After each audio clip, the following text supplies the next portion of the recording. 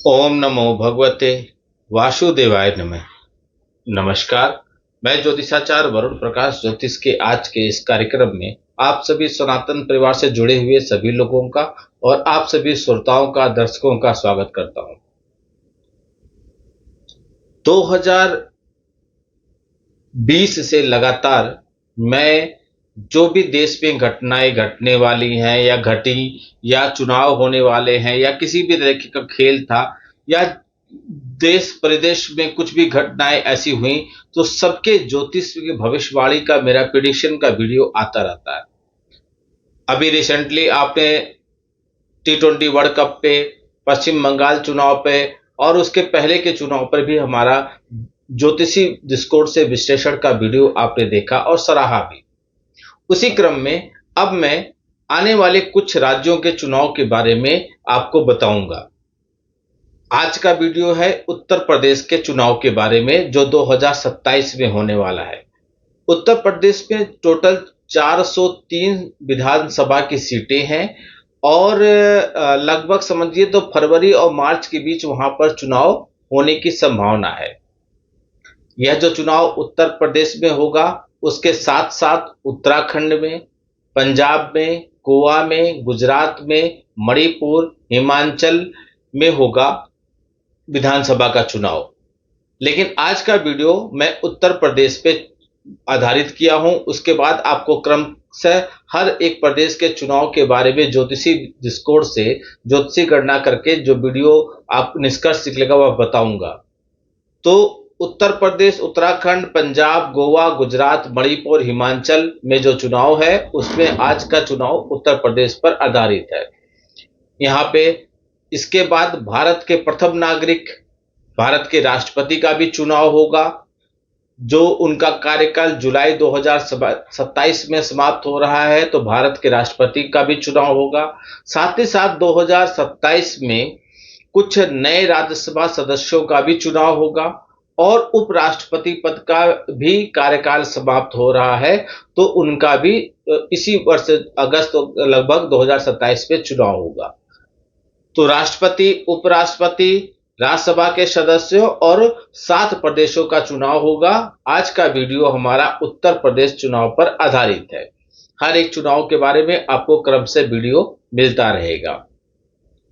मेरे प्रिडिक्शन के पहले के सभी वीडियो को आपने सराहा। 90% तक हमारी भविष्यवाणियां सही गई हैं। वेस्ट बंगाल चुनाव पर मैंने साफ साफ बताया था कि ममता बनर्जी हारेंगी और वो अपना खुद का सीट भी हार जाएंगी।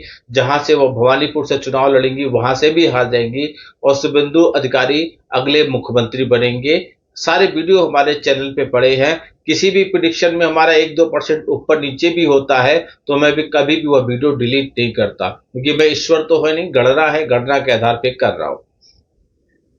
यह जो उत्तर प्रदेश चुनाव के बारे में विश्लेषण का आपको बताऊंगा, यह पूर्ण रूप से ग्रहों का गोचर, ग्रहों की युति, ग्रहों नक्षत्रों के परिवर्तन और ऐसे छोटे छोटे कई पैरामीटर हैं जिसके आधार पर अध्ययन करके यह बताया जा सकता है कि किस चीजों का या किसका कैसा प्रभाव होगा। लेकिन मैं आपसे निवेदन करूंगा, वीडियो को लाइक कीजिए, फॉरवर्ड कीजिए, शेयर कीजिए, जिससे सभी लोगों तक यह वीडियो पहुंचे, विश्लेषण वीडियो पहुंचे।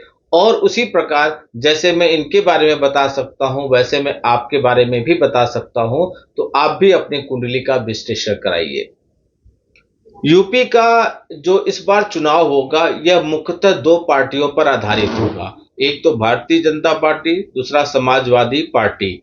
भारतीय जनता पार्टी यानी कि बीजेपी और इनके गठबंधन एनडीए के बीच में होगा और समाजवादी पार्टी जो इंडी गठबंधन है इनके बीच में चुनाव होगा। तो मुख्यतः यहाँ पे 2 पार्टी रहेंगी, भाजपा और समाजवादी पार्टी। योगी आदित्यनाथ जो वर्तमान में मुख्यमंत्री हैं और अखिलेश यादव जी जो समाजवादी पार्टी के प्रमुख हैं, जो मुख्यमंत्री पद के उम्मीदवार हैं। तो इन सब चीजों पर मैं अध्ययन करूंगा। इन विशेष इन्हीं पे आधारित है, तो इसके आधार पे मैं इनके कुंडली का विश्लेषण करूंगा और बताऊंगा क्या निष्कर्ष निकल सकता है। समाजवादी पार्टी के प्रमुख अखिलेश यादव जी हैं, जो इसके पहले मुख्यमंत्री थे और अभी वर्तमान में आदित्यनाथ जी द्वितीय टर्म कर रहे हैं उत्तर प्रदेश के चुनाव में। वैसे योगी आदित्यनाथ जी के बारे में तो आपको बताऊं तो कई लोग मेरे से क्वेश्चन कर रहे हैं कि योगी आदित्यनाथ जी प्रधानमंत्री बन सकते हैं क्या, या योगी आदित्यनाथ जी ने जो किया है उसका डिमांड उत्तर प्रदेश में पहले एक समय होता था कि आपको गुजरात मॉडल की बड़ी सुनाई पड़ती थी कि गुजरात मॉडल है। अभी उत्तर प्रदेश का मॉडल आपको सुनाई पड़ रहा है।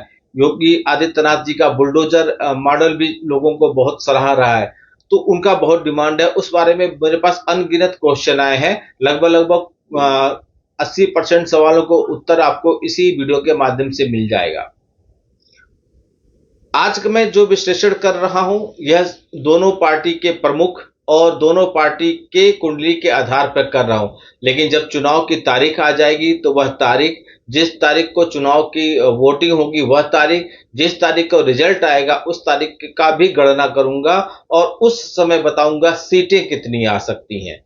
लेकिन आज आधार पे आप समझ जाएंगे किसका पलड़ा भारी है और कौन उत्तर प्रदेश में अपना प्रभाव दिखाएगा। तो मैं इस आधार पे कहूं तो पहले मैं भारतीय जनता पार्टी के बारे में चर्चा करता हूं। बीजेपी जिसके पार्टी के मुख्यमंत्री के उम्मीदवार हैं या बनेंगे तो पार्टी बहुत इंपॉर्टेंट होती है। बीजेपी मिथुन लग्न की इनकी पार्टी है, वृश्चिक राशि है, ज्येष्ठा नक्षत्र में पार्टी का गठन हुआ था। इनके लग्न स्वामी बुध है और राशि स्वामी मंगल है। बीजेपी के कुंडली में चंद्रमा वृश्चिक राशि में है जो नीच के माने जाते हैं। बीजेपी पार्टी का जन्म 6 अप्रैल 1980 के दोपहर में 11:45 के लगभग दिल्ली में हुआ था। इस पार्टी के कुंडली के 10वें भाव पर सूर्य और लग्नेश बुध का 9वें भाव में होने पर सत्ता के साथ धार्मिक पहचान का योग बन रहा है। 10वें भाव पे सूर्य और 9वें भाव पर लग्नेश बुध का जो प्रभाव है यह पार्टी को सत्ता में रहने का और धार्मिक प्रभुत्व बनाने का योग रहता है। 2027 में जनवरी में आपको देखेंगे तो शुक्र कर्क राशि में, 26 जून को सिंह राशि में और फिर 26 नवंबर को कन्या राशि में चले जाएंगे। लेकिन चुनाव मार्च अप्रैल के अंदर अंदर हो जाएगा तो इतना लंबा समझने की जरूरत नहीं है, लेकिन मैंने फिर भी बता दिया। शनि जून 2027 को मेष राशि में गोचर कर लेंगे। राहु और केतु क्रम से मकर और कर्क राशि में गोचर करेंगे। और राहु और केतु का गोचर लगभग 18 महीने के लिए होता है। शनि जो रहेंगे, चुनाव यूपी का चुनाव जो रहेगा वो 3 जून 2027 तक मीन राशि में ही रहेंगे। लेकिन और मुझे लगता है उसके पहले पहले तक चुनाव हो जाएगा।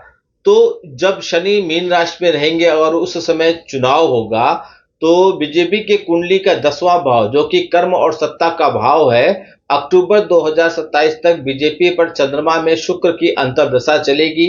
ठीक है, जो कई मामलों में उनको गुटबाजी और असहमति का थोड़ा बहुत प्रभाव दिखाएगी।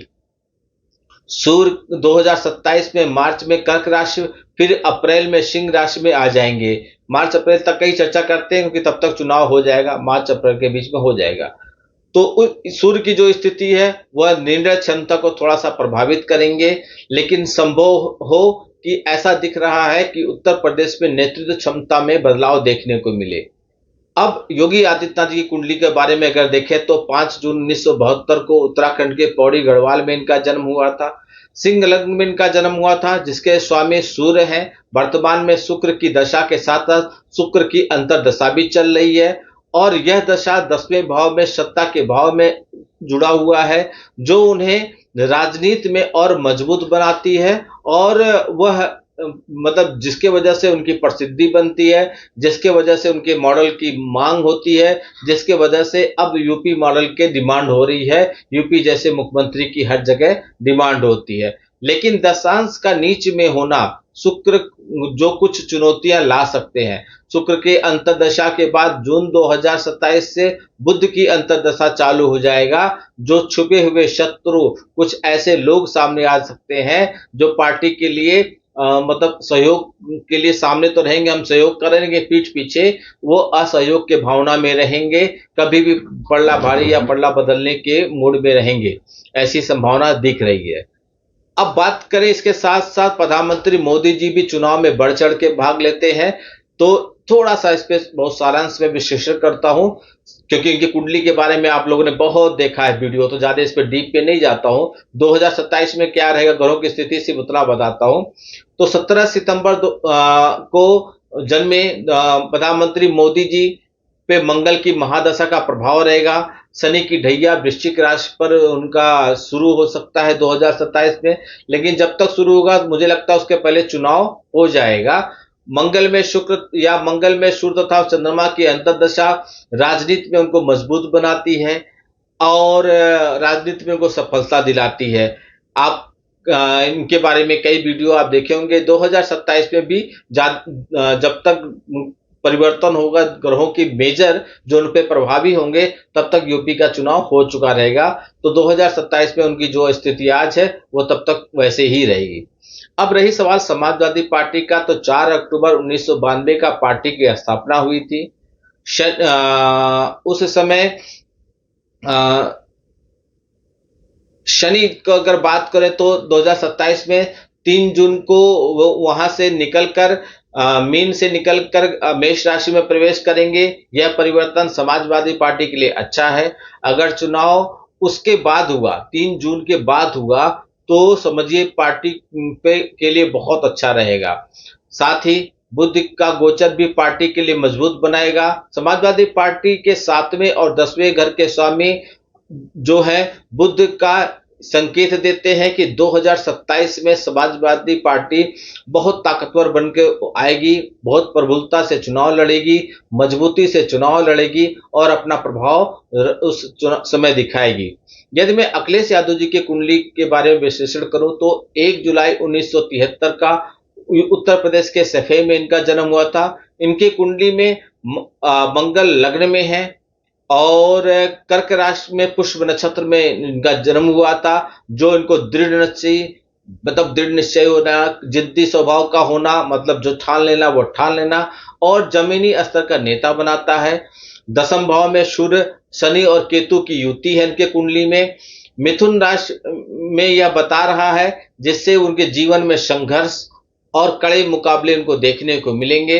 बुध कर्क राशि में है जो उनको चतुर और बुद्धिमान भी बनाते हैं, कूटनीतिक बनाते हैं, और सूर्य उनके नेतृत्व क्षमता को बढ़ाते हुए दिखाई देते हैं। शुक्र की जो उनके ऊपर पंचमेश में है, जिससे उनको सत्ता में लाने में मदद करेंगे। राजयोग भी उनके कुंडली में बन रहा है। तो चुनौती के साथ और शुक्र की स्थिति को देखते हुए यदि मैं शुक्र की चीजों को वो आगे करके चुनाव लड़ें, या ऐसे समझ लीजिए कि वो हर चुनावी सभा में यदि वो अपनी पत्नी के साथ जाते हैं और पत्नी को आगे करके चुनाव लड़ने की कोशिश करते हैं, तो उनकी जीत की भी संभावना बहुत ज्यादा बन जाएगी। अब भारतीय जनता पार्टी, समाजवादी पार्टी, उनके प्रमुख नेता जो चीफ मिनिस्टर पद के उम्मीदवार हैं योगी आदित्यनाथ और माननीय अखिलेश यादव जी, और भारतीय जनता पार्टी के जो मेन प्रधानमंत्री हैं माननीय मोदी जी, इन 5 लोग की कुंडली का विश्लेषण करने पर यह निकल के आ रहा है कि अखिलेश यादव जी की भी कुंडली बहुत मजबूत है और प्रधानमंत्री मोदी जी की कुंडली बहुत मजबूत है। अखिलेश यादव जी की पार्टी बहुत कुंडली स्ट्रांग है, तो योगी आदित्यनाथ जी की भी कुंडली स्ट्रांग है। तो चुनाव जो होगा यह बहुत कड़क होगा, बहुत मतलब कठिन होगा। सभी लोग अपना प्रभाव दिखाएंगे, लेकिन अभी निष्कर्ष निकाल के यह कई विश्लेषण आपने टीवी पे देखा होगा, यूट्यूब चैनलों पे देखा होगा कि लोग कह रहे थे कि इसके पहले योगी आदित्यनाथ जी जैसा प्रभाव दिखाए थे इसके पहले के चुनाव में, उससे कहीं ज्यादा दिखाएंगे। तो ऐसी संभावना कम दिख रही है। अगर योगी आदित्यनाथ जी अपने संगठन के साथियों को, जो छोटे क्षेत्रीय दल के गठबंधन है, उनको संभाल ले जाते हैं, तब तो वो जीत जाएंगे। अन्यथा उनके साथ थोड़ी सी मुश्किल खड़ी हो सकती है, क्योंकि उनके साथी उनको धोखा देंगे, ऐसी संभावना दिख रही है। इसी के संदर्भ में उनको अभी से प्रयास करना है। अखिलेश यादव जी की कुंडली बहुत स्ट्रांग है। शुक्र के उपाय करते हुए यदि वो चुनाव लड़ते हैं तो पक्का उनकी जीत भी निश्चित है। तो अभी जो निकल के आ रहा है, इसके हिसाब से 70% तक योगी आदित्यनाथ जी और 30% तक अखिलेश यादव जी की कुंडली में मजबूती दिख रही है। लेकिन अब जब चुनाव का डेट आ जाएगा तब मैं आपको एक और विश्लेषण बताऊंगा किसको कितनी सीटें आएंगी, क्योंकि वह चुनाव की तारीख का भी बहुत इंपॉर्टेंट रोल होता है और चुनाव जिस दिन रिजल्ट आएगा उस तारीख का भी बहुत इंपॉर्टेंट रोल होता है। तो उन सब चीजों को जोड़ के जो एक निष्कर्ष निकलेगा उसके आधार पर मैं आपको बताऊंगा कि सीटों की संख्या क्या होगी और कौन 100% मुख्यमंत्री बनेगा, उसका नाम भी मैं आपको बता दूंगा। लेकिन फिलहाल अभी जो कुंडली के निष्कर्ष पे, ग्रहों और दशाओं के निष्कर्ष पे, नक्षत्रों के निष्कर्ष पे, कुंडली में ग्रहों की स्थिति और 2027 में ग्रहों की स्थिति के आधार पर यह निष्कर्ष निकल रहा है कि फाइट बहुत जबरदस्त होगा, कांटे की टक्कर होगा। लेकिन यदि भारतीय जनता पार्टी अपने गठबंधन साथियों के साथ गठबंधन का जो धर्म है वो निभा ले जाती है तो सत्ता में रहेंगे, और यदि अखिलेश यादव जी शुक्र का उपाय करते हुए अपनी पत्नी को आगे रखते हुए चुनाव लड़ते हैं तो वह भी सत्ता में आ सकते हैं। बाकी हरी इच्छा, कर्म है, करना पड़ेगा, उपाय है, करना पड़ेगा। जो जैसा करेगा, जैसे समाधान करेगा, जैसे आगे चलने की कोशिश करेगा, वैसा ही उसको परिणाम मिलेगा। यह वीडियो कैसा लगा? आपसे निवेदन है लाइक कीजिए, कमेंट बॉक्स में जो भी लिखना चाहते हैं लिखिए, जिस विषय में जानना समझना चाहते हैं वह लिखिए, नहीं कुछ लिखते तो जय श्री राम लिखिए। और बाकी प्रदेशों में चुनाव का क्या रिजल्ट आएगा इसके बारे में भी आपको अगले वीडियो में बताऊंगा। बहुत ज्यादा पंजाब के बारे में पूछा जा रहा है तो उसके बारे में भी रिसर्च चल रहा है, मैं अगले वीडियो में आपको बता दूंगा। आपका दिन शुभ हो, भगवान भोलेनाथ का आशीर्वाद आप पे बना रहे। नमस्कार, जय श्री राम।